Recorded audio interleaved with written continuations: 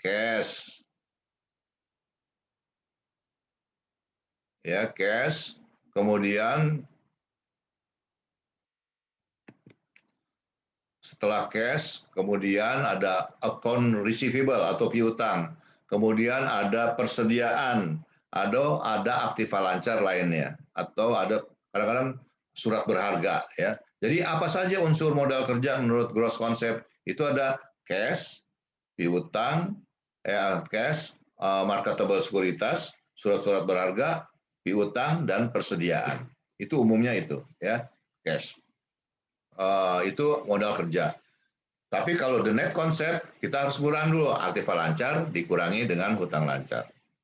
Nah, bagaimana sekarang cara mengelola item-item yang ada di modal kerja itu? Item yang pertama itu adalah cash, ya, cash. Jadi kita bagaimana memanage cash ini, cash management. Di sini ada lamanya, namanya cash conversion cycle. Lamanya waktu kas ditanamkan dan kembali lagi menjadi kas, yaitu sejak perusahaan membayar hutang dagang atau pembelian bahan mentah sampai dengan pembayaran piutang. Jadi kita kalau cara menghitung cash conversion cycle, jadi berapa dari cash balik lagi ke cash ya setelah melalui persediaan dan penjualan, maka kita ada rumusnya di sini adalah inventory conversion period ditambah receivable collection period dikurangi payable deferral period ya, itu namanya cash conversion cycle. Kemudian kita lihat di sini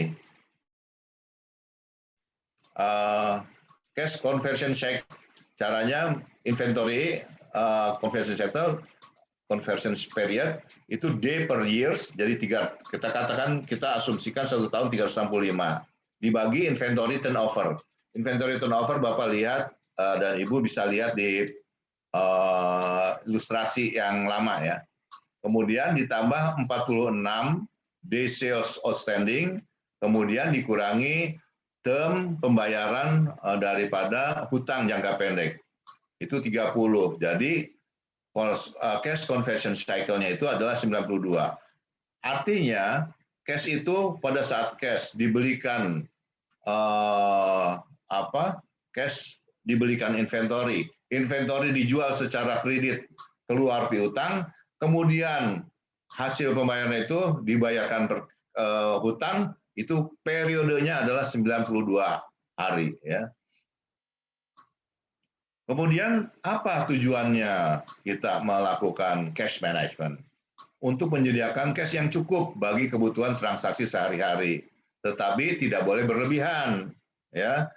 Jadi kita itu harus mengelola uang kas itu tidak boleh terlalu banyak, tapi tidak boleh juga kita kekurangan uang kas. Bagaimana caranya? Nah, di dalam kas ini ada dua, ada petty cash, kas kecil, dan ada cash on hand dan cash in bank.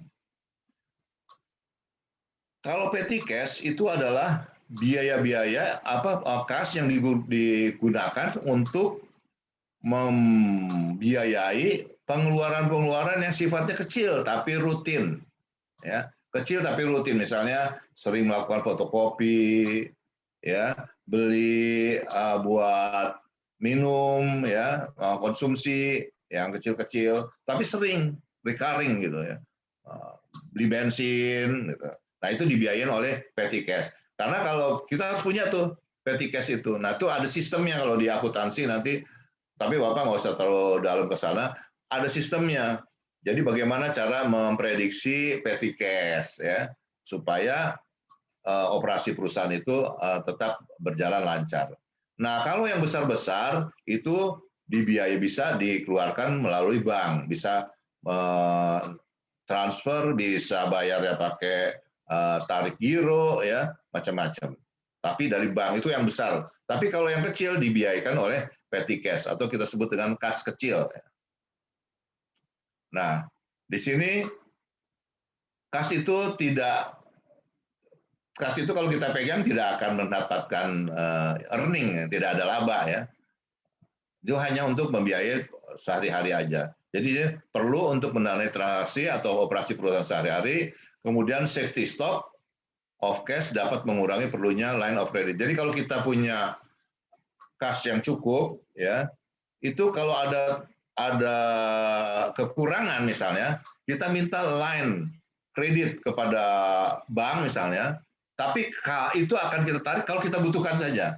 Kalau kita nggak butuhkan, kita nggak tarik. Karena begitu tarik, itu ada biaya bunganya. Jadi safety stock itu hanya untuk bisa mengurangi perlunya kredit dari atau jual promise ke bank. Ya. Jadi biasanya kita punya line uncommitted credit line dari bank. Kalau kita perlu bisa kita draw down, kita tarik seketika. Nah, jadi itu komitmen aja. Nah, itu kalau ada punya itu kita lebih enak. Jadi kita punya safety stock ya. Kemudian compensating balance for loan and services provided ya. Jadi ini hanya untuk menyeimbangkan gitu ya. Menyeimbangkan kalau kita itu menggunakan loan dengan menggunakan jasa lain. Kemudian ada juga kas dipakai untuk spekulasi. Memanfaatkan cash diskon, membeli lebih murah dari supplier. Jadi kalau kita itu punya uang kas banyak, kita bisa kalau ada mau beli dengan partai besar dapat diskon, maka kesempatan itu bisa kita ambil. Karena dengan adanya diskon itu akan meningkatkan profit kita.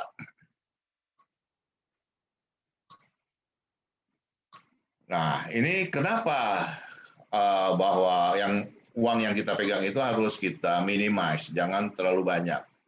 Itu satu untuk meningkatkan kepatuhan pelanggan untuk lebih cepat membayar. Jadi kalau kita pegang uang kecil kan kita akan berusaha supaya kesungguhan untuk menagih ke pelanggan. Jadi supaya cepat membayar, supaya uangnya cepat masuk. Tapi kalau kita punya uang banyak, kita biasanya segan melakukan penagihan, ya. Kemudian mensinkronisasi antara inflow dengan outflow. Jadi harus ada sinkronisasi dengan arus uang masuk dan arus uang keluar. Yang berikutnya adalah meningkatkan keakuratan data yang terkait dengan cash inflow dan outflow. Jadi kita harus mempunyai proyeksi cash outflow dan cash inflow atau projected cash flow untuk masa ke depan. Biasanya ada yang bikin sampai 5 tahun, 3 tahun ya. Supaya apa? Supaya rencana-rencana keuangan ini bisa kita lakukan sebaik mungkin. Kemudian menyimpan marketable securities ya. Jadi kalau kita punya uang terlalu banyak, tidak ada earningnya, maka biasanya perusahaan akan menggunakan sebagian uangnya membeli surat-surat berharga, misalnya seperti saham. Karena kalau kita membeli saham itu ada kemungkinan satu, keuntungannya dapat dividen, dan pada saat kalau harganya menaik bisa kita jual dengan memperoleh gain dari hasil penjualan sekuritas itu.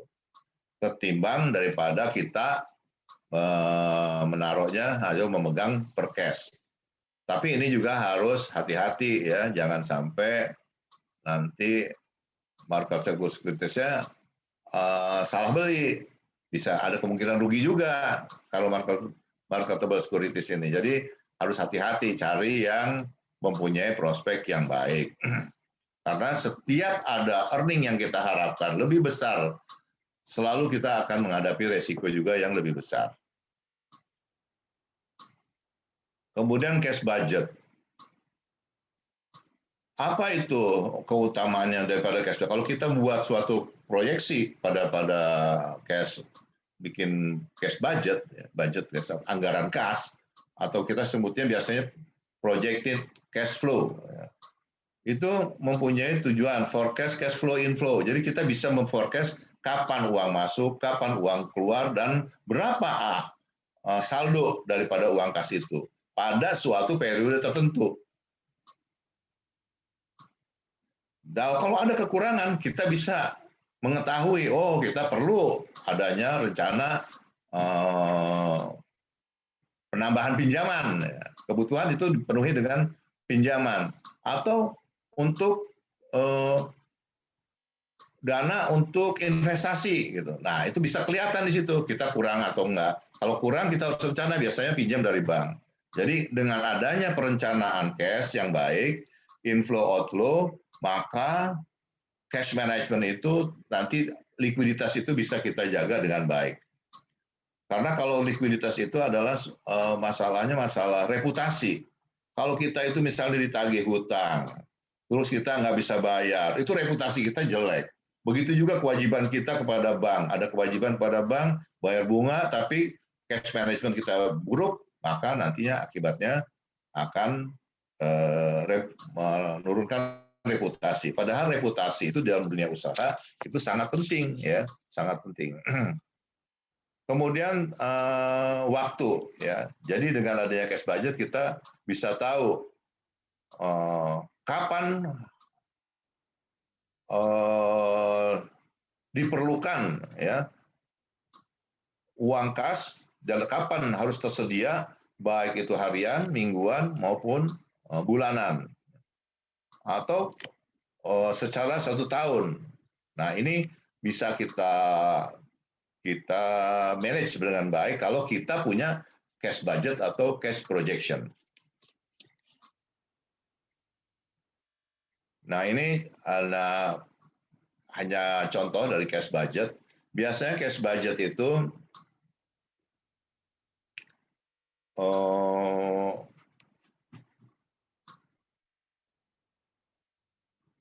disajikan satu, biasanya cash receipt, gitu ya. Saya ini nggak ada punya contoh yang bagus, ini saya ngambil dari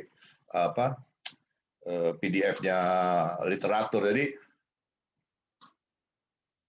pertama itu hasil collection, kemudian ini uang pertama kali, kemudian purchase itu pembelian, berarti kita ada pembelian, kemudian ada wages, upah, ada rent, total pengeluaran adalah 44,6 ditambah 6,6 ditambah 2 rent, maka total payment, pembayaran yang harus dikeluarkan adalah 53. Sehingga saldo kas awal yang tadi 67 dikurangi total payment, maka net cash flow-nya adalah 13. Jadi saldo uang awal dikurangi pengeluaran-pengeluaran, maka itu adalah net cash flow kita. Tapi kalau yang mau detailnya lagi adalah gini, beginning balance, saldo awal, ditambah cash receipt, penerimaan uang kas. Dari mana aja kita penerimaan uang kas? Misalnya penerimaan dari penjualan, penerimaan dari hasil penagihan piutang, ya, penerimaan dari hasil sewa, macam-macam. Total penerimaan berapa? Saldo awal ditambah total penerimaan itu adalah cash available, ya, kas yang tersedia di perusahaan. Kemudian dikurangi dengan cash disbursement. Cash disbursement itu upah untuk biaya apa keluar, kemudian nanti setelah dikurangi cash available, dikurangi cash disbursement, maka sisanya itu nanti adalah saldo akhir kas, ya, cash ending balance, ya, ending balance-nya, persediaan akhirnya kas. Terus nanti itu udah satu periode. Periode berikutnya ending balance itu menjadi beginning balance untuk periode awal tahun berikutnya. Terus saya menurut secara membuat cash budget. Nah, itu sedikit saja masalah gambaran bagaimana membuat cash budget atau projected cash flow.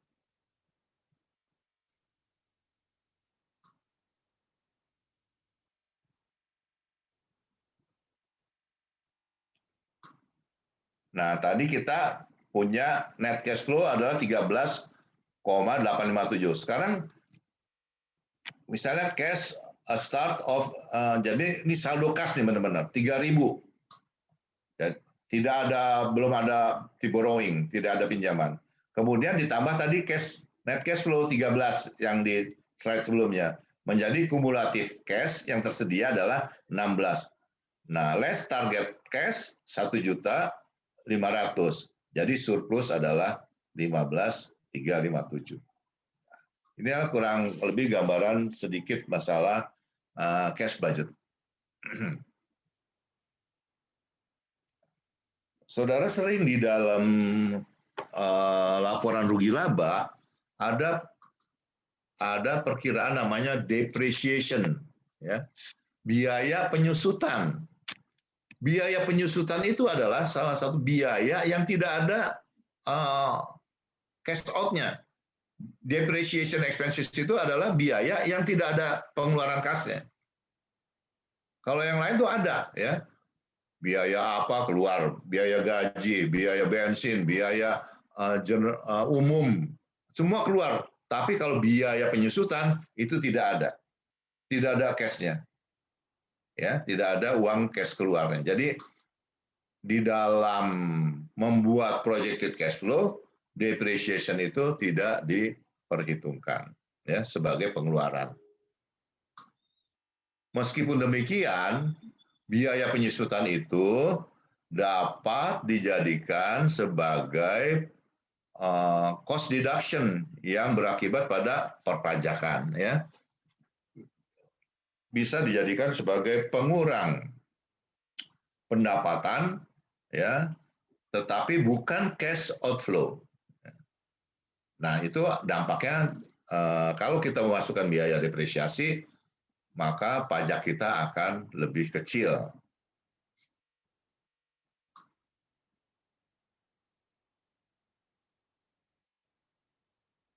Nah, apa ya potensial cash inflow di belakang collection ini?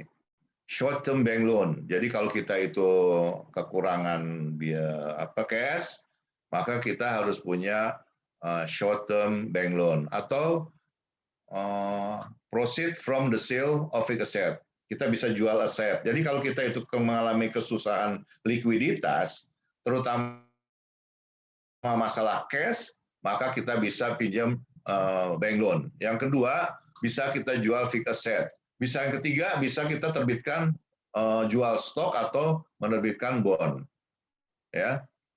Atau kita memperoleh interest earn, pendapatan bunga misalnya. Jadi itu adalah kalau kita mempunyai potensi di dalam cash inflow, ya.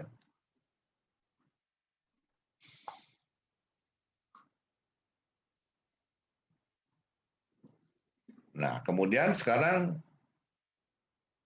kalau kita itu mempunyai bad debt itu artinya piutang yang macet. Nah, kalau kita punya piutang yang macet, kita harus berusaha melakukan collection, penagihan. Nah, penagihan itu akan mengurangi jumlah kerugian daripada tidak tertagihnya piutang. Jadi misalnya contoh, suatu perusahaan memiliki 3% bad debt losses, ya. Jadi kalau 3% bad debt losses dari total, dia 3% tidak akan tertagih. Maka collection would total only jadi kita hanya bisa menagih 97%. Kalau kita bisa menagih 97%, berarti kita mengalami kerugian 3%, ya. Biasanya kalau di perusahaan-perusahaan itu kita sudah menyisihkan bahwa ada kemungkinan tidak tertagihnya piutang itu, ya. Jadi ke dalam suatu harga pokoknya supaya kita nggak langsung kerugian. Misalnya di bank, kalau di bank itu kalau jualan atau lending, kasih pinjaman kredit, selalu dia memperhitungkan biaya bunga saya berapa sama bank itu. Kemudian setelah biaya bunga, biaya overhead cost saya berapa? Biaya tenaga kerja, sewa gedung segala macam. Jadi harga biaya bunga ditambah overhead cost, ya, ditambah resiko tidak tertagihnya piutang, ditambah margin, itu namanya formula besarnya pinjaman biaya bunga yang diberikan kepada nasabah. Jadi bank itu kalau menghitung berapa bunga yang akan dibebankan kepada nasabah yang meminjam dana darinya, maka dia akan menghitungnya, dia akan menghimpun dana, biaya bunga dia dulu berapa, ditambah overhead cost-nya, ditambah kemungkinan tidak tertagihnya, ya, credit risk, kemudian ditambah margin, keuntungan yang akan diperkirakan akan diperoleh. baru itu namanya lending rate atau harga jual piutang. Nah, ini demikian cara menghitung. Jadi bad debt itu selalu terutama oleh perusahaan yang financial institution itu selalu diperhitungkan sehingga kalau ada mengalami bad debt itu sudah tidak mengganggu P&L-nya lagi. Karena sudah dimasukkan ke dalam harga pokok penjualannya.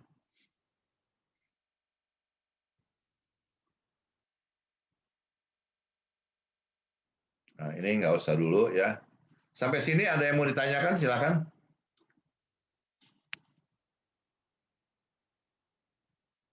Bapak-bapak, ibu-ibu, coba. Kok ini nggak ada ininya, nggak ada gambarnya nih. Pada kemana nih?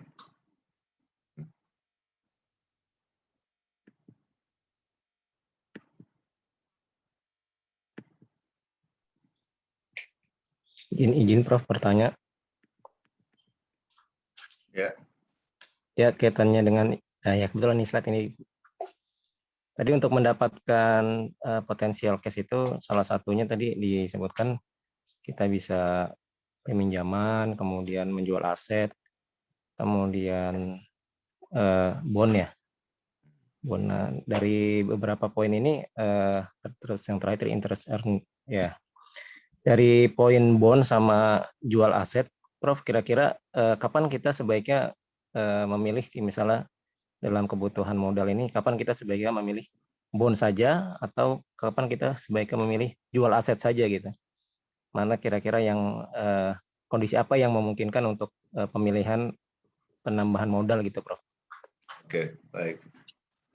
Jadi kalau kita ada kekurangan modal kerja misalnya atau cash, bisa dipenuhi dengan kita menjual fixed asset atau bisa menjual bond. Ya. Probability mana yang paling baik? Sekarang gini, dengan syarat kita boleh menjual aset, cuman fixed asset itu dengan catatan tidak dipakai oleh perusahaan ya, artinya idle, tidak bermanfaat. Kalau dia bermanfaat jangan dijual, nanti dia nggak bisa produksi. Ya, jadi untuk aset-aset yang idle, yang tidak digunakan dan tidak kalau dijual tidak mengganggu operasional perusahaan, itu bisa pakai fixed asset. Ya. Nah, kalau kita menjual fixed asset, berarti kita dapat uang cash tanpa ada interest bearing, tanpa ada biaya bunga tambahan. Nggak ada bunga dong. Tapi kalau kita issued bond, kita menerbitkan bond, itu kita ada biaya bunga, ada kupon namanya, ya biaya kupon. Dan waktu kita menerbitkan bond itu ada biaya-biayanya, karena kalau bond itu harus ada underwriter-nya, ya harus di rating dulu perusahaannya, karena itu semua menentukan harga daripada bond tersebut. Begitu juga kalau kita issued stock, ya menerbitkan saham atau kita IPO, menjual saham ke publik. Wah, itu kan prosesnya panjang. Syaratnya juga panjang, banyak. Syaratnya perusahaan harus laba. Kalau misalnya syaratnya itu terpenuhi, perusahaan itu laba 2 tahun berturut-turut, organisasinya sudah benar, ya, terus sistem internal kontrol di perusahaannya sudah baik, kemudian dipegang oleh orang-orang yang mempunyai reputasi yang baik, itu kalau IPO pasti laku kan.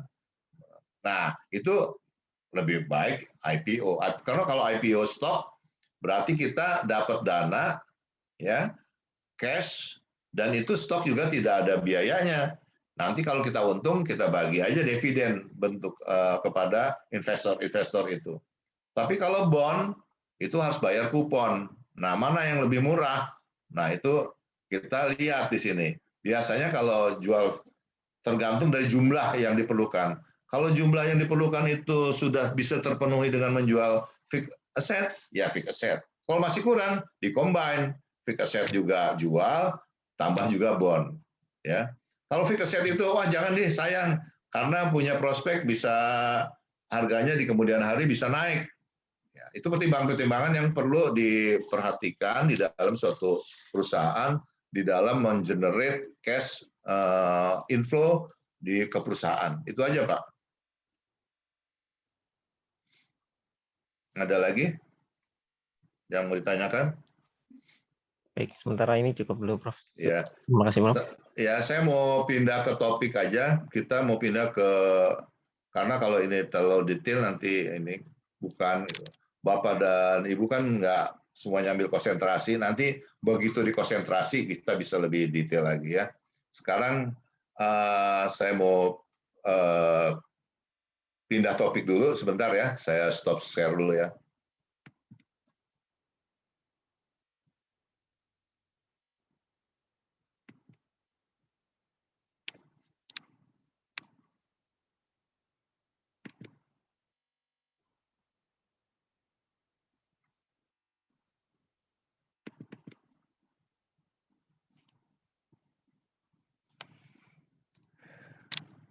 Sudah, sekarang kita ganti topik ya Pak. Atau masih ada yang mau ditanyakan masalah working capital sebelum saya ganti topik ini?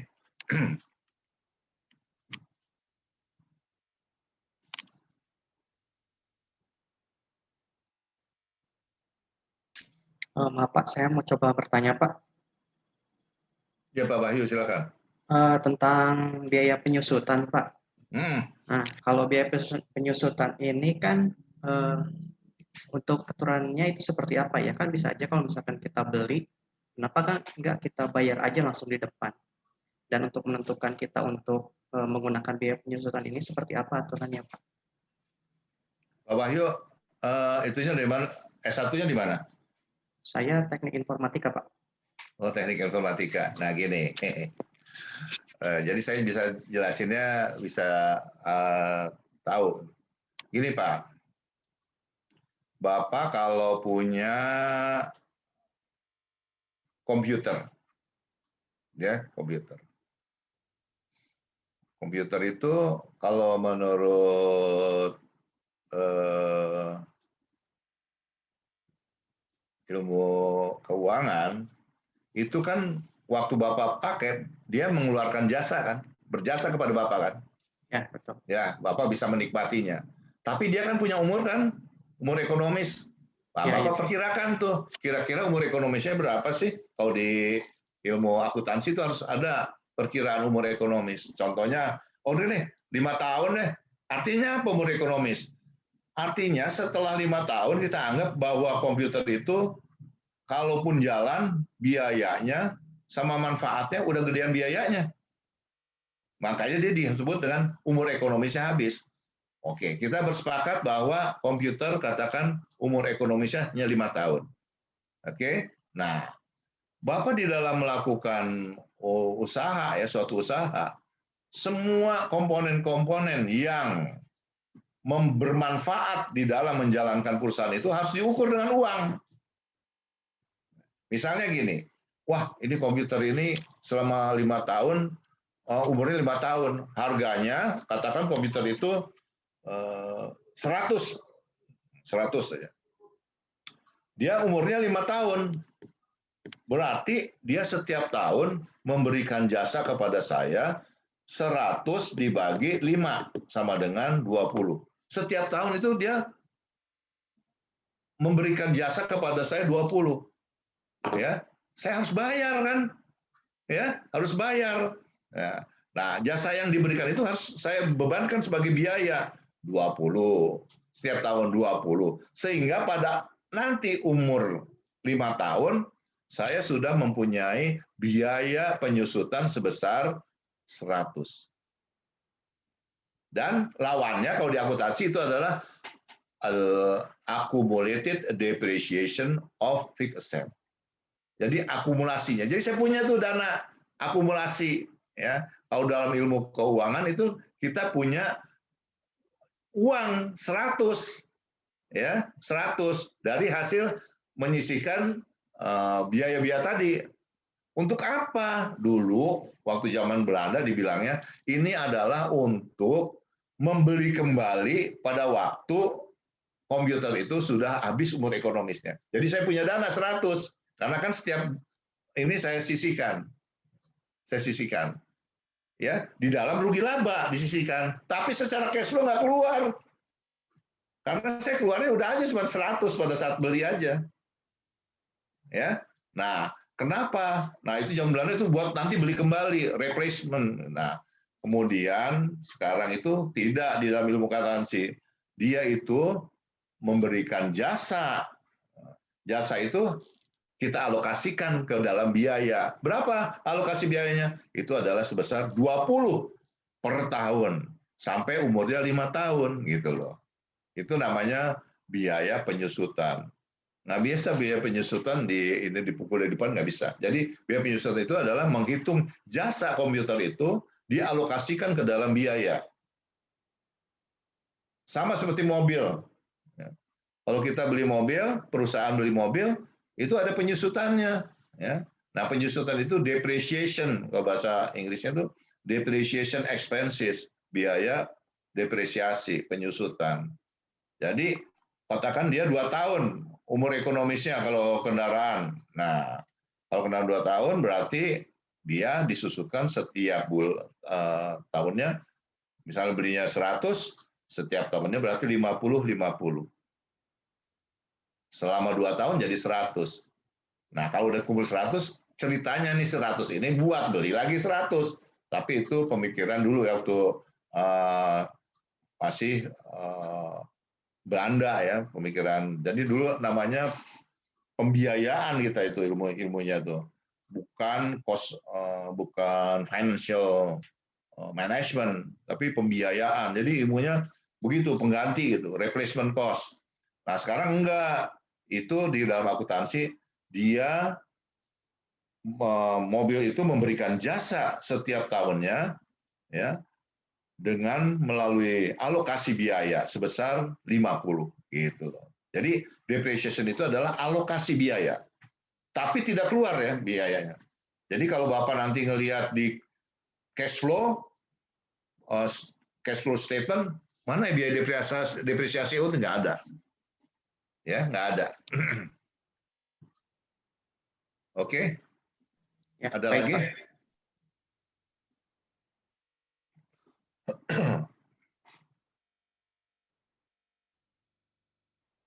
Kalau tidak ada pertanyaan, kita sekarang masuk ke capital budgeting.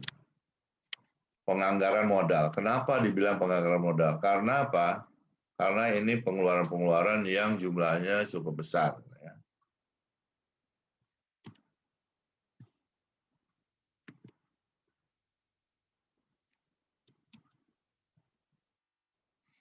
Nah, kita kalau lihat skema dari sini, ya, skema di sini, kalau dalam perusahaan itu ada namanya net operating profit after taxes, yang tadi di paling bawah, net operating profit after taxes. Nah, dikurangi dengan, jadi kalau kita udah dapat net operating profit after taxes, katakan sejumlah uang, kemudian kalau kita kurangkan dengan kebutuhan akan investasi, maka itu adalah free cash flow, adalah cash yang benar-benar bisa digunakan. Jadi kalau kita udah punya untung, kemudian kita sisihkan untuk kebutuhan investasi di dalam operating capital, itu namanya free cash flow. Oke. Nah, kemudian ini dana free cash flow ini artinya dana cash yang siap untuk digunakan. Kemudian kita lihat di bawahnya. Di situ ada, artinya kita tidak selamanya mempunyai suatu kebutuhan itu dipenuhi dengan uang kas kita. Kadang-kadang kita membutuhkan juga pinjaman, dan kadang-kadang kita juga butuh saham, tambahan modal. Ya. Nah, kalau kita punya sumber dana dalam bentuk pinjaman atau ekuitas, maka kita harus menghitung berapa sih weighted average cost of capital-nya. Jadi gini, kan seperti kita sudah ketahui waktu kita belajar capital structure, bahwa modal itu adalah hutang jangka panjang dan ditambah dengan modal ekuitas ya, atau modal sendiri. Kalau misalnya kita hutangnya itu 10%, sedangkan ekuitas itu kita 0%, maka kalau kita weighted-kan average-nya, maka bunganya itu misalnya akan pasti lebih rendah daripada 10%. Ya di weighted ya. Kalau yang dari teknik pasti kalau weighted average kan udah gampang kan ngitungnya ya di weighted average. Nah, di weighted average berapa cost-nya? Nanti kita bandingkan itu ya.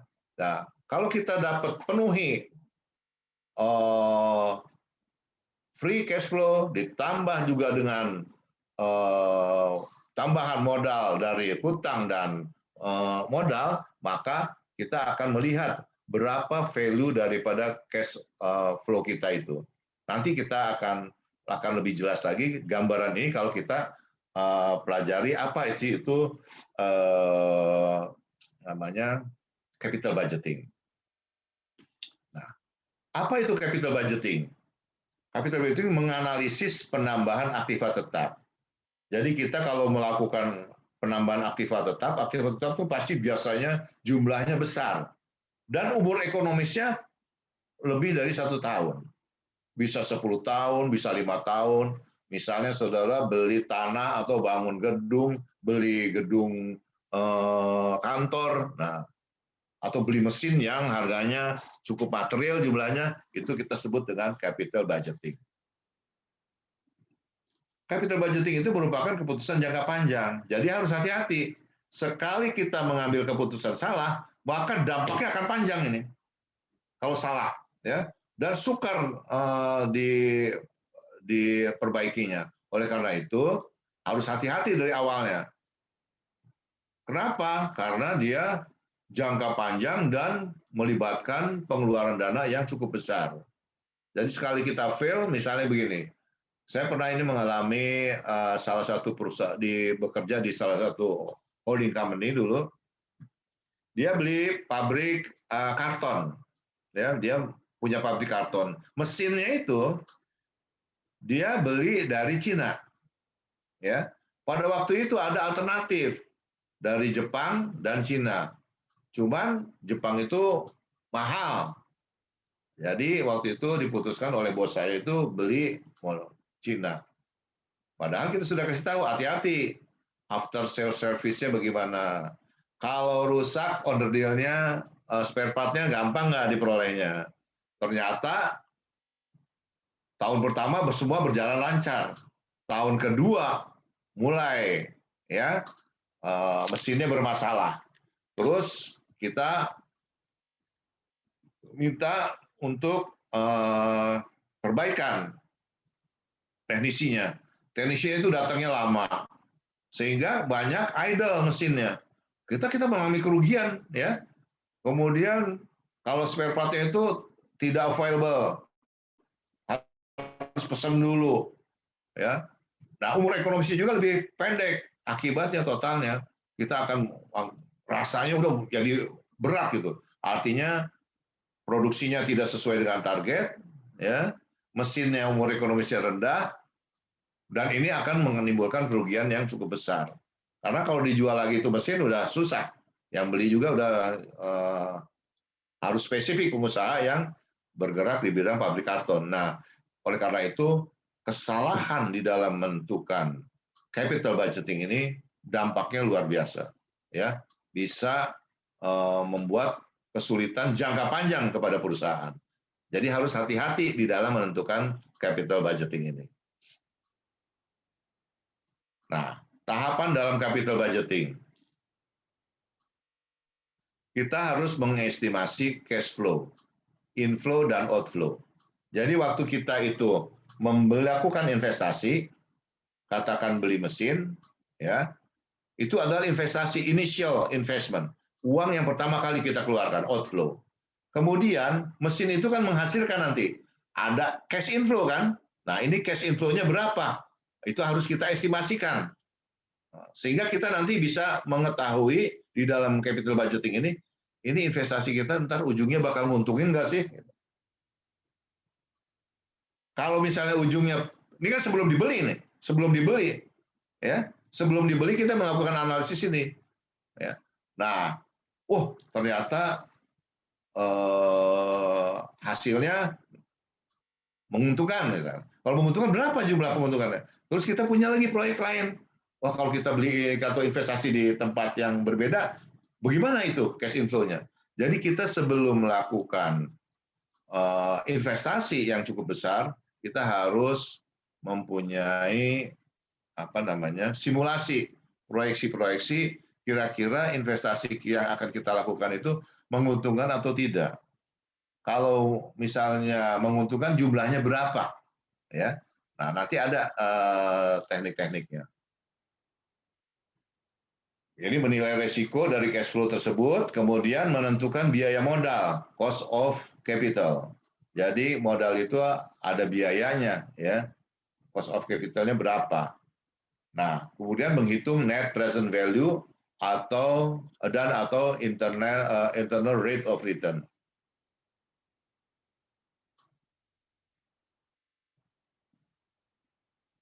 Kemudian keputusan diterima jika net present value lebih dari 0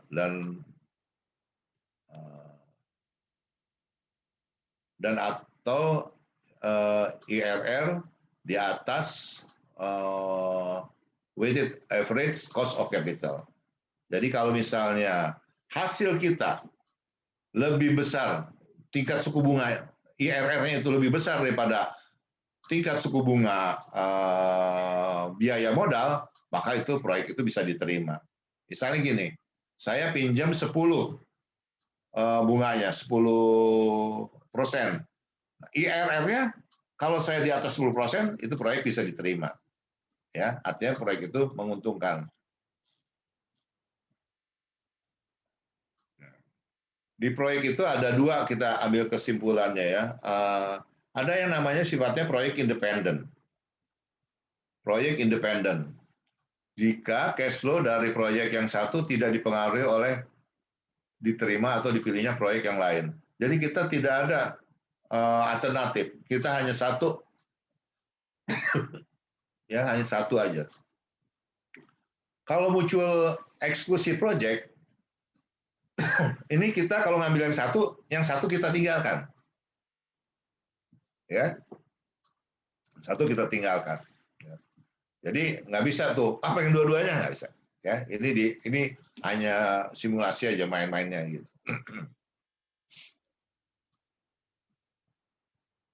Nah, sekarang Bapak bisa lihat di sini dan Ibu semua ada dua proyek nih, proyeknya L dan S. L dan S. Initial cost, jadi biaya awal yang akan kita keluarkan itu untuk proyek A itu adalah 100. Proyek S juga 100.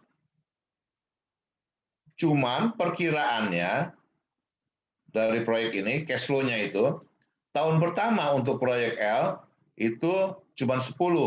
Sedangkan proyek S tahun pertama sudah 70. Tahun kedua, proyek L 60, proyek S 50. Tahun ketiga, proyek L 80, proyek S 20. Total cash flow adalah, jadi total cash flow itu yang 100 dikurang 10, kurang 60, kurang 80, jadi ini masuknya nih. Ya. Jadi kalau udah nih, 10 ditambah 70 berapa? 70 tambah 80, 150. 150 dikurang 100 sama dengan 50. Ini juga demikian, minus 100, ditambah, ada uang masuk 70, masuk lagi 50, masuk lagi 20, maka total cash flow-nya adalah 40. Jadi kalau kita lihat di sini, proyek L dan S sama-sama mempunyai initial cost yang sama. Jadi 100. Cuman cash inflow dari proyek itu beda-beda. Ada yang L itu tahun pertama 10, tahun kedua 60, tahun ketiga 80. Jadi kalau proyek ini selama 3 tahun, ya itu cash flow-nya akan menghasilkan 50. Artinya kita ngeluarin 100, tapi kita dapat earning sebesar 150. Netnya adalah 50. Yang proyek S, kita dapat 140, mengeluarkan 100, jadi cash flow-nya 40. Kalau kita lihat dari kedua proyek ini, maka proyek L menghasilkan lebih banyak uang selama 3 tahun, ya, dibandingkan dengan proyek S.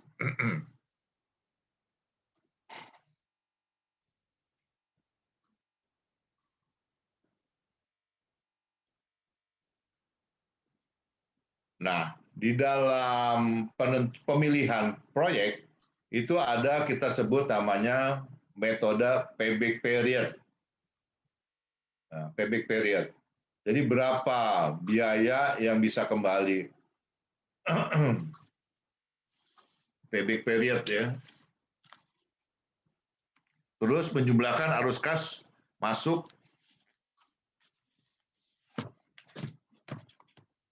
arus kas masuk ya. Jadi payback period itu hanya untuk melihat mana yang paling cepat di antara kedua proyek itu yang bisa kembali initial cost-nya, ya, yang bisa menghasilkan initial cost yang tercepat. Nah, itu yang dipilih kalau dia. Ya. Jadi kalau payback period itu mana yang tercepat, itu yang proyek itu dipilih. Kita lihat di sini. Proyek L lihat. Tahun pertama tadi kan, tahun pertama dia 10. Tahun kedua 60. Ya. Tahun ketiga 80. Kita lihat di sini. Lihat kalimat kumulatif tadi ya. Tadi kan ada ini. Kumulatif. Pertama kali kita keluar 10. Kemudian tahun pertama dapat 10. Berarti kita masih minus 90. Tahun kedua dapat 60. Berarti kita masih 30. Nah, 30 ini di tahun ketiga kita dapat 80 dong, ya. Nah, kita lihat cara menghitungnya. Ini 2 tahun kan? 2 tahun berapa? 2 tahun 4 bulan dibulatkan. Cara ngitungnya 2 plus 30 per 80 sama dengan 2,75 atau 2,4 tahun. Ya. Kemudian yang proyek S. Tahun pertama dapat 70, berarti kumulatifnya kita udah minus 30. Kemudian tahun berikutnya kita dapat 50. Nah, maka berapa payback periodnya? 1 plus 30 dibagi 50, jadi 1,6 tahun. Kalau menggunakan payback period method, maka dari kedua proyek ini, kita akan memilih proyek yang paling cepat mengembalikan initial cost-nya. Yaitu kita akan memilih 1,6 dengan alasan dia yang lebih cepat. Cuma itu saja. Ya. Oke, ada pertanyaan sampai sini? Izin tanya, Pak. Siapa nih? Edi, Pak. Pak Edi, ya Pak Edi. Ya, Pak. Saya dari background teknik, Pak. Izin tanya. Apa-apa. Biasanya kan keputusan investasi itu selalu biasanya andalanya kan menggunakan IRR atau NPV kan di atas 0, oke. Tapi dalam menghitung payback period ini proyeksi cash in-nya ini kok tidak dikonversikan dulu ke NPV, Pak ya, dihitung apa adanya, Pak. Iya. Jadi yang ditanyakan Pak Edi itu memang itu adalah salah satu kelemahan daripada payback period. Karena payback period di sini dia mengabaikan time value of money, nilai uang, ya. Karena nilai uang di sini kan beranggapnya gini. Misalnya yang proyek yang di atas ya, yang L, 10 rupiah setahun yang akan datang itu sama dengan Rp10 sekarang. Kan itu nggak mungkin. 2 tahun lagi dapat 60. Itu 2 tahun lagi 60. Sekarang tuh nilainya pasti lebih rendah dong. Masa 60 seperti sekarang gini misalnya. Bapak ya beli itu aja lah time value of money. Sekarang kita dengan Rp100 misalnya bisa beli minuman 2 botol. Tahun depan sudah belum tentu bisa membeli 2 botol. Ini cuma 2,5 mungkin, 1,5 mungkin, ya, karena ada time value of money yang diperhitungkan. Oleh karena itu, di sini kelemahan dari payback period, dia memilih itu tanpa mengabaikan faktor nilai uang, time value of money. Karena nilai uang sekarang dengan nilai uang 1 tahun yang akan datang itu berbeda, ya, Pak Edi. Jadi memang itu salah satu kelemahannya. Nanti kita ada tuh net internal rate of return, net present value. Jadi ini memang punya kelemahan. Ada lagi yang mau ditanyakan?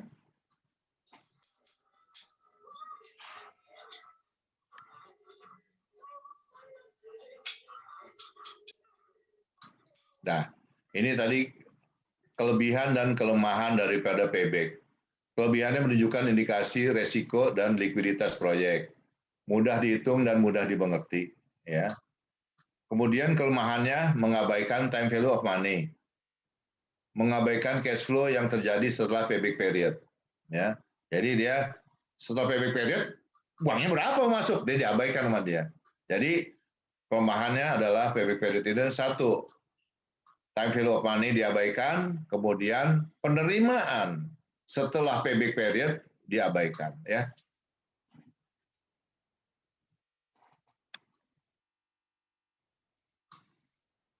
Kemudian kita menggunakan sekarang yang tadi Pak Edi katakan, ya, memperhitungkan faktor bunga, ya, bunga, ya, interest.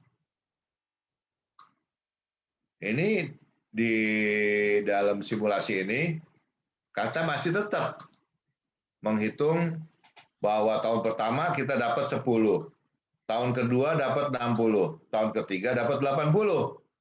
Tapi sekarang, tahun pertama 10 itu, kalau kita present value kan nilainya adalah 9,09 dengan tingkat suku bunga 10%. Tahun kedua, yang 60 itu sama dengan 49,59%. 59. Tahun ketiga yang 80 menjadi 60,11. Secara kumulatif bisa kita lihat di sini. Jadi payback-nya, diskon payback itu 2,7 tahun. Kita lihat yang di sini. Ini kalau yang pertama tadi 2,3, ya, yang L. Tapi setelah kita memperhitungkan bunga, maka ini akan menjadi 2,7.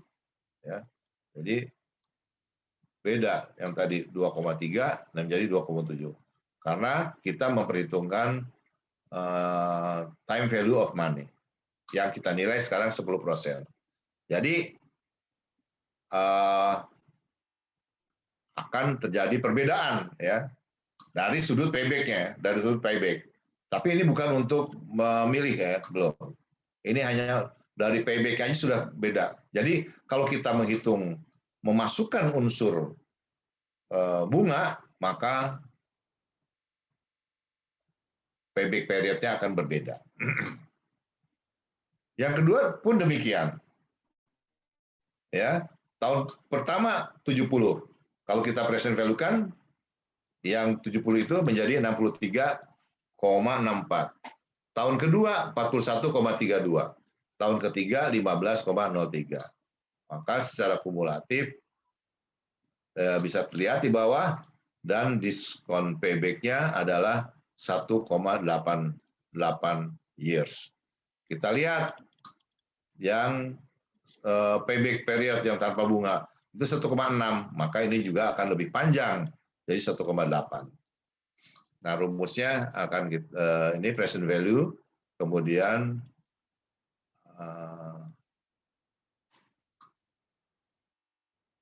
jadi net present value itu adalah present value of inflow dikurangi cost outflow, jadi net gain in wealth, ya. Jadi net present value itu ada sebenarnya keuntungan bersih, penambahan harta kekayaan kita. Jika proyek independen, terima proyek jika NPF lebih daripada 0. Jika proyek mutually eksklusif, cari positif NPF yang tertinggi. Terima proyek S jika mutually eksklusif. NPF karena net present value daripada S itu lebih besar daripada net present value daripada L. Dan pilih keduanya jika independen, ya. Oke. Kalau independen, pilih keduanya. Tapi kalau mutual, yaitu CS. Sampai sini ada yang mau ditanyakan?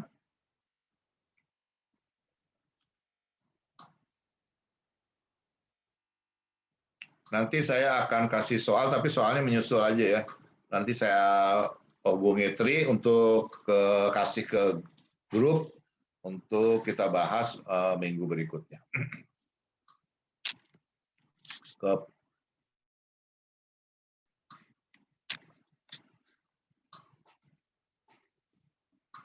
Jadi ini adalah salah satu metode ya. Nah, di sini yang harus cermat itu adalah kita mengestimasi cash inflow-nya. Ya, biasanya suka meleset itu di cash inflow-nya, harus hati-hati. Jadi asumsi-asumsinya harus dipelajari, terutama prediksi daripada tingkat suku bunga. Maaf, Prof, mau tanya, Pak. Ya. Slide yang tadi, Pak, perbandingan antara proyek L dan S ya? Slide 9 apa 10 ya tadi? Apa? Slide 9 apa 10, maaf, Pak. 9, 8 berarti ya? 8, Pak, 8. Payback. Nah, yang payback L ini ada 2 ya, Pak ya? 2 plus ya, tapi kalau payback S itu 1 plus. Ini yang membedakan apa ya, Pak? Jadi gini Pak, Bapak kan keluar uang pertama kali 100 outflow, oke? Oke. Kemudian di tahun pertama Bapak akan dapat pembalian cash inflow 10. Berarti Bapak masih minus 90 dong daripada outflow-nya. Tahun kedua dapat 60. Berarti Bapak masih dapat dong masih negatif 30 dong. Ya. Kan 90 kurang 60. Ya. Tahun ketiga Bapak dapat 80. Kan Bapak 2 tahun itu belum bisa kembali dong. Kan masih minus 30. Jadi 2 plus 30 dibagi 80. Kalau yang ini, yang S, kenapa 1? Karena dia tahun pertama udah 70. Tahun keduanya 50. Padahal tahun pertama masih hanya kurang 30. Jadi 1 plus. Karena dia apa? Tahun kedua dia udah ngelebihin daripada tahun kedua udah plus 20 dia. Jadi kan ini menghitung berapa sih kembali 100 gitu. Secepat apa sih kembali lagi jadi 100? Oh, yang proyek L 2 plus 30 bagi 80. Tapi kalau ini kan 1 plus 30 dibagi 50. Ngerti, Pak? Baik, Pak. Berarti patokannya itu CFT itu ya, Pak? CFT-nya tercapai di tahun berapa, itu nanti dijadikan patokan gitu ya? Iya. Baik, Pak. Iya, cash flow-nya. Tergantung cash flow-nya. Cuman hati-hati nih, banyak kan biasanya kita banyak melesetnya itu di cash flow-nya ini justru ya. Harus hati-hati makanya. Cash inflow-nya.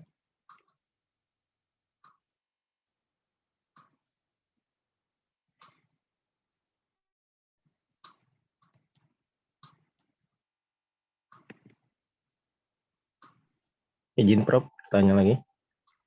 Ya.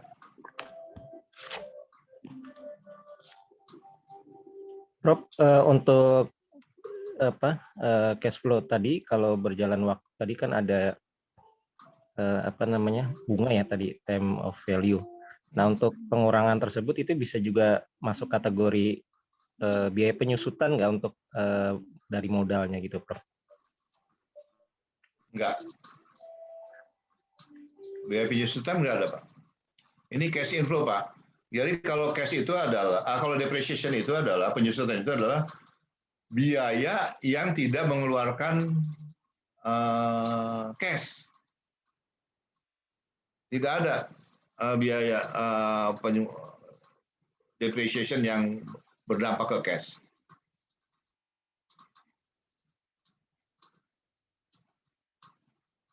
Masih bingung ya? Iya, Prof, masih bingung. Karena kan kayak tadi awal modalnya kan 100 tadi. Kemudian berjalannya waktu kan karena adanya inflasi sehingga kan time of value-nya berkurang ya, nilai 100 itu berkurang tadi. Nah, karena berkurang itu apakah pengurangan modal itu karena adanya pertambahan waktu, apakah itu bisa dikategorikan sebagai biaya penyusutan juga, maksudnya pengurangan nilai modal tadi dari biaya dari bunga tadi gitu per tahunnya seperti itu. Kan karena tadi awalnya modal 100 ya. Gitu. Bapak ini aja, saya misalnya gini aja deh. Bapak punya angkot ya. Oke. Bapak punya angkot, katakan 200 juta Bapak beli. Ya. Setiap hari dia setor katakan 200.000. Ya. Satu bulan katakan jalan cuma 25 hari. Berarti 200.000 kali 25 sekitar 5 juta ya. Iya 5 juta. 5 juta per bulan ya. Kalau kali 12 kan 60 juta kan? Oke, Pak. Bisa ikuti saya, Pak? Ya. Bisa, sementara ini bisa. Ya, ini saya susahnya nih kalau ngajar. Ngajar online pusing saya. Karena nggak ada, biasa saya nulis-nulis di whiteboard, saya nggak bisa apa-apa saya nih. Apalagi banyak nyangkut-nyangkut masalah angka lagi.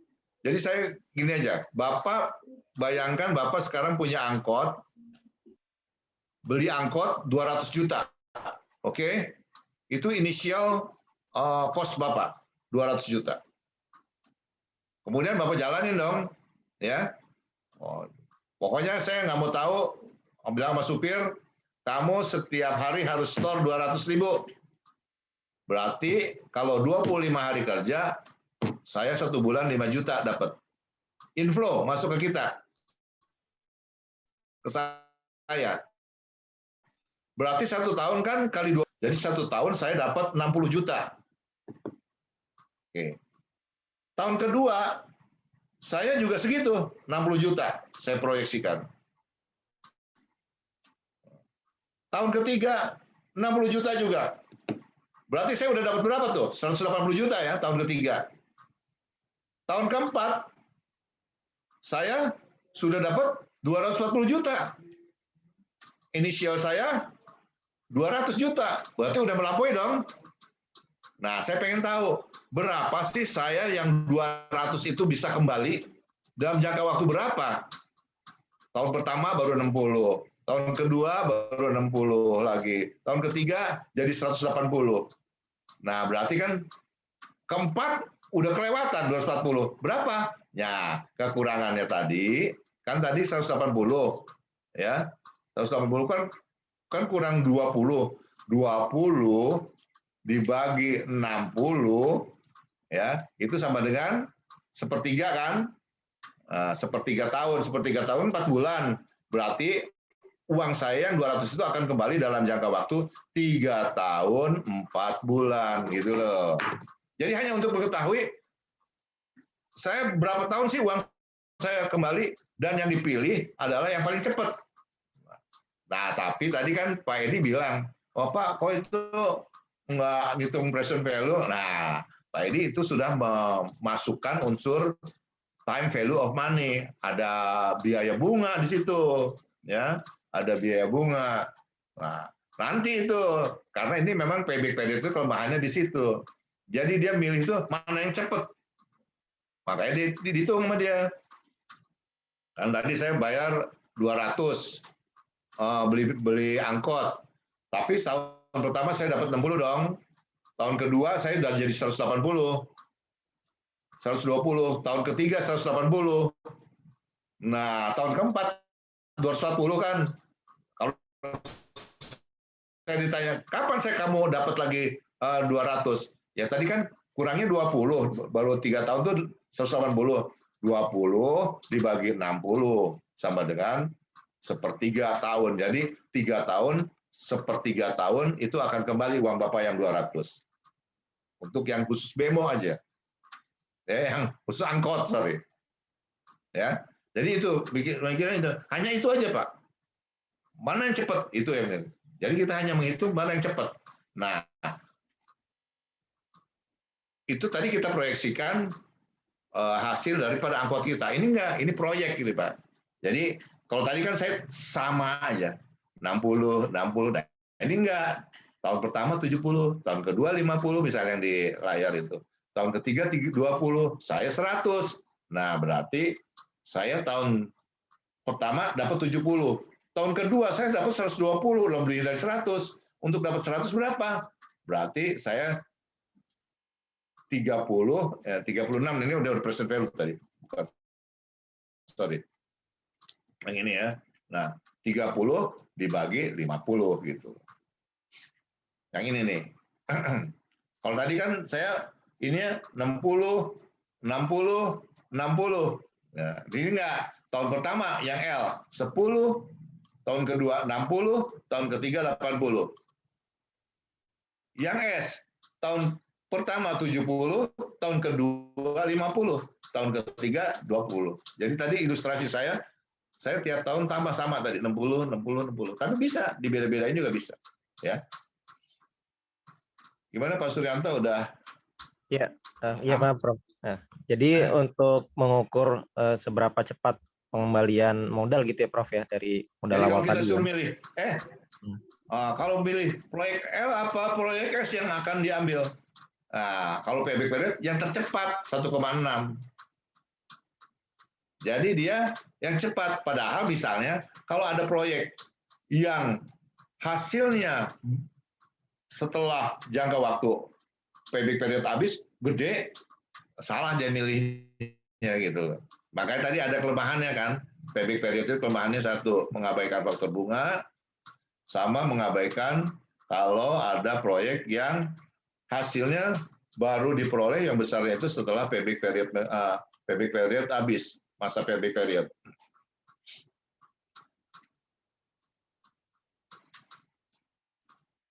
Oke. Ada lagi?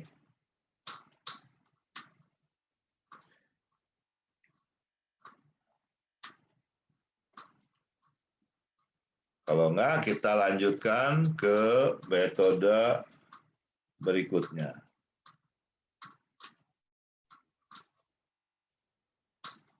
Ini kita sekarang menghitung internal rate of return. Jadi kalau internal rate of return kita itu lebih besar daripada weighted average cost of capital, maka itu proyek bisa diterima. Tapi kalau kebalikannya tidak bisa. Nah, ini cara ngitungnya nih. Jika IRR lebih besar daripada K, nanti kan ada rumusnya.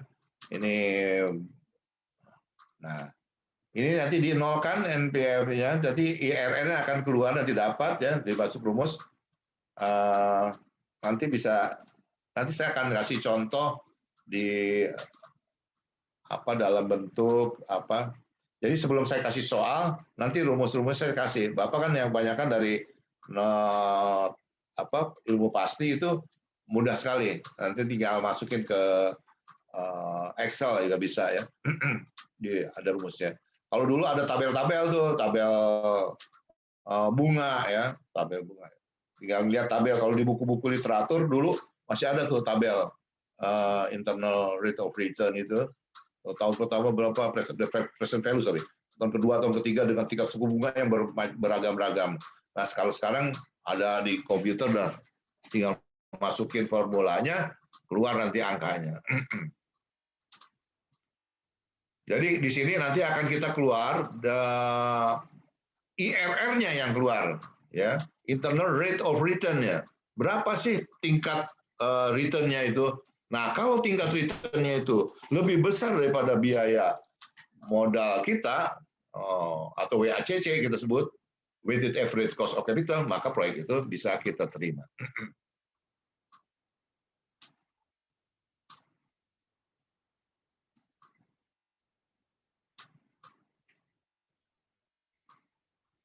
Oke. Jadi tadi kita kan di present value kita contohnya bunganya 10% ya. Kemudian kita justru yang 10% itu kita cari ya.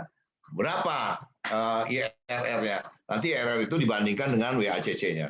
Sekarang tadi uang yang kita peroleh kita udah hitung dengan present value ya. Udah. Sekarang ini namanya modified internal rate of return. Jadi kalau modified internal rate of return, itu kita, begitu kita dapat uang yang 10, itu uang itu kita bungakan, kita gunakan. Dapat 60, kita gunakan. Jadi dimanfaatkan lagi. Ya. Jadi itu kita sebut dengan modified internal rate of return. Dengan tingkat bunga 10% katakan. Ya.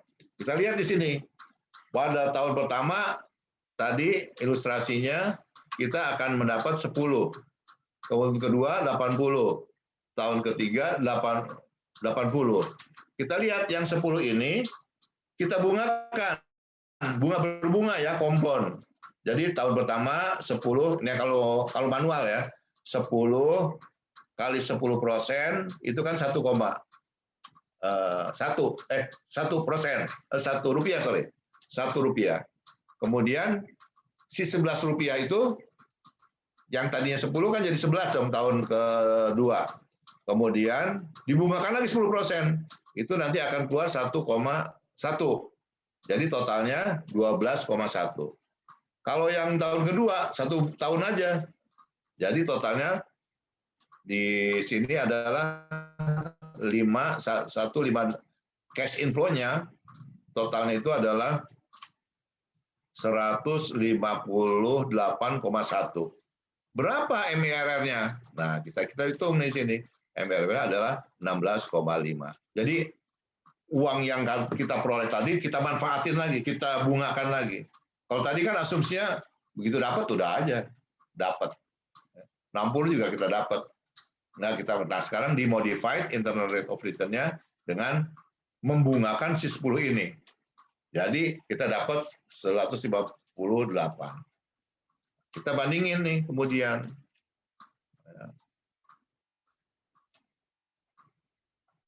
Bandingkan dengan yang tadi yang 10, 60, 80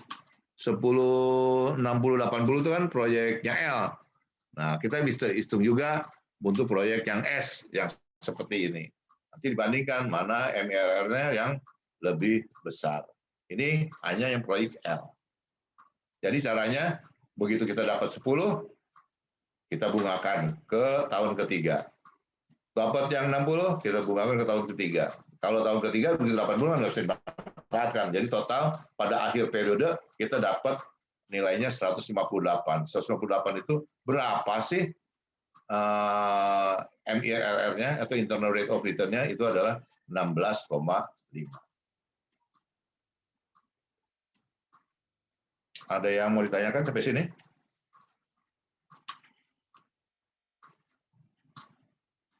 Kan sebelumnya uangnya nggak dimanfaatkan, sekarang dimanfaatkan. Bedanya itu aja. Makanya kita sebut modified internal rate of return.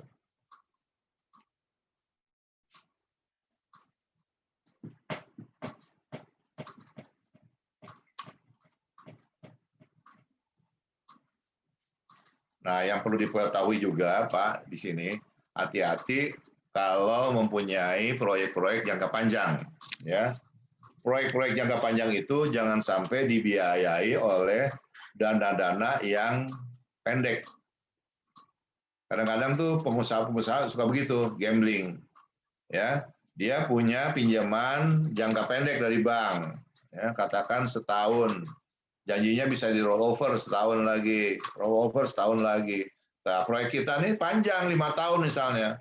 Nah, suatu ketika nanti bank mengalami kesulitan atau bank tahu dapat informasi kita sudah mengalami kesulitan likuiditas, dia stop fundingnya, wah kita bisa mismatch di sini, ya. Akhirnya kita nggak bisa bayar hutang nantinya. Ya. Oleh karena itu harus matching kebutuhan dana, penggunaan dana dengan kebutuhan dana ini harus sama, minimum harus sama itunya, apa jatuh temponya. Jangan sampai mismatch di maturity date-nya. Kebanyakan pengusaha-pengusaha itu begitu, ya.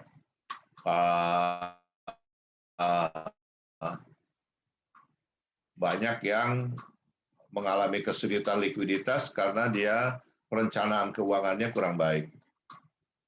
Perencanaan keuangannya kurang baik. Terutama pengusaha-pengusaha yang kecil ya, menengah kecil, ya, itu menengah ke bawah itu selalu begitu, ya. Karena dia lemah di manajemennya, manajemen segala macam. Sumber daya manusianya juga lemah, manajemen keuangannya lemah, ya. Kemudian production-nya juga, manajemen produksinya lemah. Kadang-kadang cost accounting-nya lemah. Makanya di Pakuan ini, kayak saya gitu, banyak membantu badan usaha desa ya, BUMDes, milik desa, BUMDes itu. BUMDes itu menghitung harga pokok juga nggak tahu. Kalau kita tahu, ketanya, kenapa Bapak jual harga produk Bapak sebesar ini? Kalkulasinya dari mana? Bapak untuk berapa? Nggak bisa, dia nggak tahu. Ya. Jadi kebanyakan begitu. Jadi nanti akibatnya apa? Dia hanya, wah, karena di sana jualnya, pesaingnya jualnya 15, saya juga ikut aja 15. Padahal komposisi biayanya beda. Ya. Oleh karena itu, secara pelan-pelan dia akan mengalami penggerogotan ekuitasnya, lama-lama habis uangnya. Akhirnya mati dia. Ya. Oleh karena itu harus betul-betul diberikan pelajaran bagaimana. Jadi kalau kita mau usaha tuh nggak bisa sekarang tanpa ada planning, udah nggak zaman lagi. Sekarang semua itu harus dasarnya rencana keuangannya harus yang baik. Usaha itu harus punya ancer-ancer dulu. Jangan ikut-ikutan gitu ya, jangan ikut-ikutan. Oke, sampai sini ada yang mau ditanyakan, Pak? Atau ada biasanya kalau di S2 itu dulu kalau saya ngajar di S2 dan S3 ngajar offline ya, itu banyak dia mengemukakan kasus-kasus atau masalah-masalah di perusahaannya. Nah, kita bahas tuh rame-rame ya. Jadi sharing bisa yang tidak mempunyai masalah bisa tahu atau bisa memitigasi supaya masalah yang ada di perusahaan itu tidak terjadi di perusahaan yang mereka kerjai.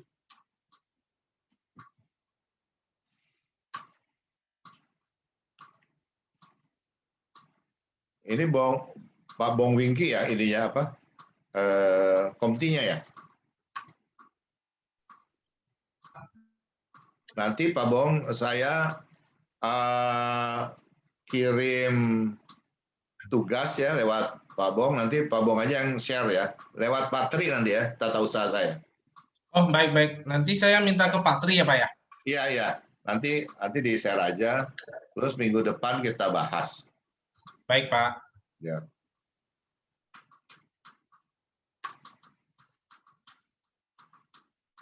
Ada yang mau ditanyakan lagi Pak sampai sini?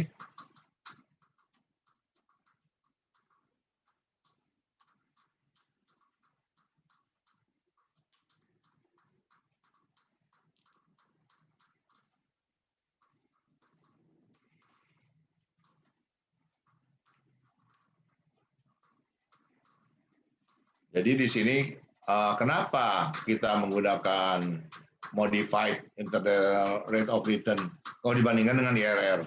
Karena IRR itu asumsinya itu lebih akurat ya. Karena kan kita nggak mungkin kalau kita punya uang kita keep aja, kita nggak gunakan, kita nggak manfaatin, rugi kan. Nah, oleh karena itu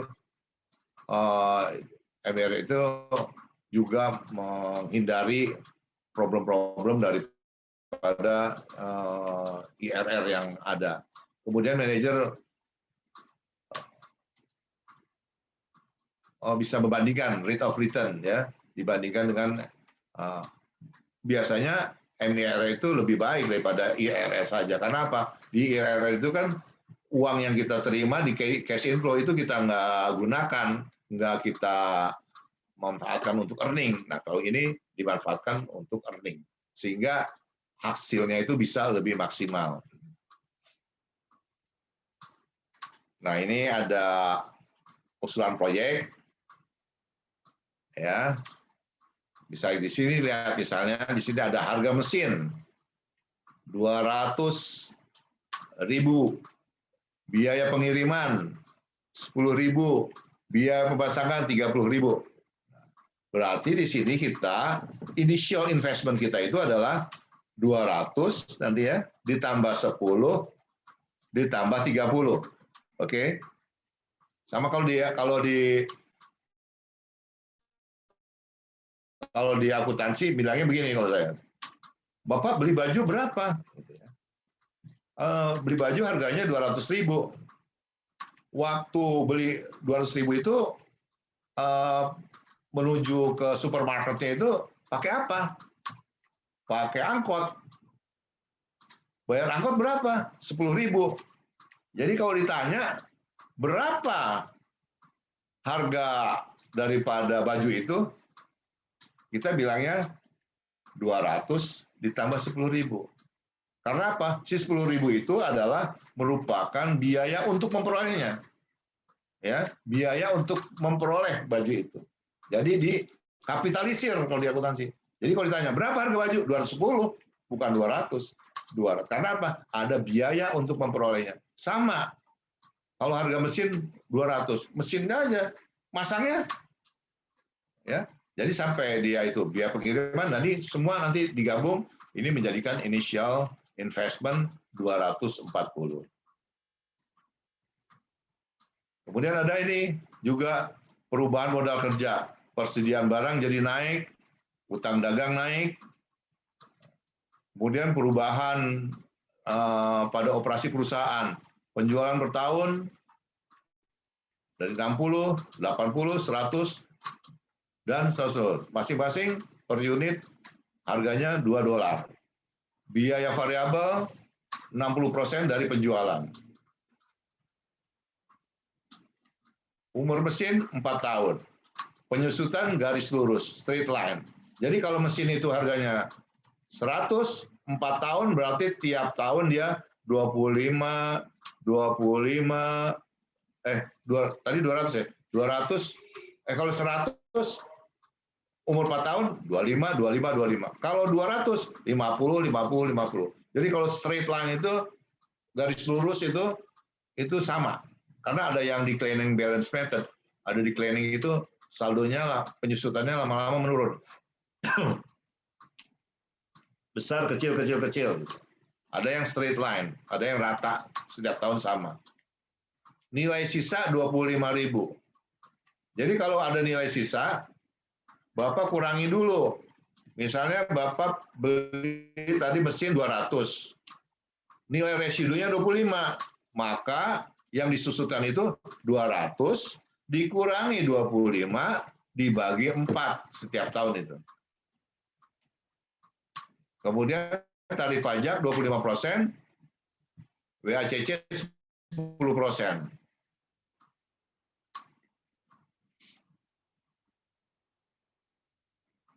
WACC itu biaya modal, biaya dana.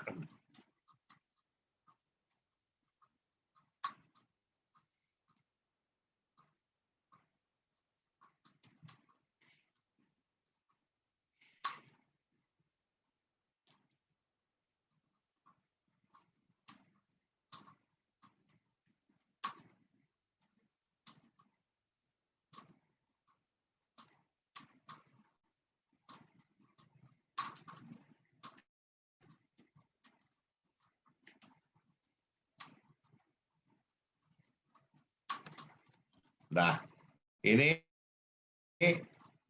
dari apa data ini saya juga beri tugas kepada Bapak semua dan Ibu semua minta komentar ya dari angka-angka ini yang disajikan itu apa yang bisa diinterpretasikan oleh Bapak dan Ibu semua dari angka-angka yang saya sajikan ini ya. Tadi saya sudah jelaskan sedikit-sedikit ya, kayak mesin, ada nilai sisa, dikurangi dulu, tarif pajak, ya. Coba, apa yang, ini semuanya sudah dikerjakan, cuman Bapak nanti, saya ingin tahu, apa sih interpretasi Bapak dari angka-angka yang sudah disajikan ini, kemudian disubmit via email saya lewat Pak Bong. Sama nanti ada tugas lagi satu dari Patri, tapi ini duluan aja. Ya, jadi setelah kita pelajari semua tadi, value segala macam, udah working capital juga, kemudian juga P&L udah kita perkenalkan bagaimana menyusun rugi laba. Nanti saya pengen tahu kira-kira interpretasinya apa yang dari Bapak ini. Masalah yang angka-angka yang saya cantumkan dari mulai ini tadi, sorry.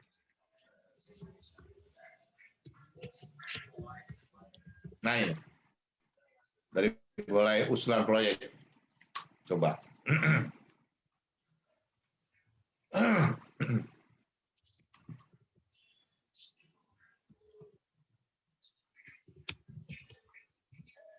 Nanti dikumpul sama Pak Bong aja ya, seperti yang kemarin ya Pak Bong ya, yang di submit lewat email saya ya.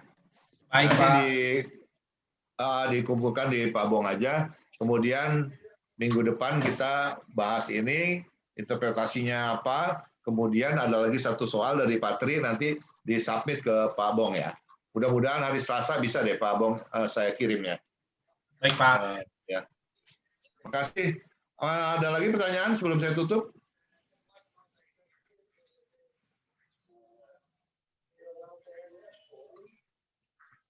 Kalau dari yang peserta sekarang, ada yang mau ngambil konsentrasi finance nggak? Pak Edi itu, Pak. Pak Edi apa Pak Edi? Insya Allah keuangan, Pak. Hah? Insya Allah ngambil keuangan, Pak. Pak Edi keuangan? Ya. Bagus. Ada lagi? Sama Pak Bong, Pak. Pak Bong kayaknya masih mikir-mikir. Rencananya keuangan, Pak. Dia nemenin saya, Pak. Katanya. Rencananya keuangan. Nah, kalau rencananya keuangan, Soalnya disuruh direktur saya ambil keuangan, Pak.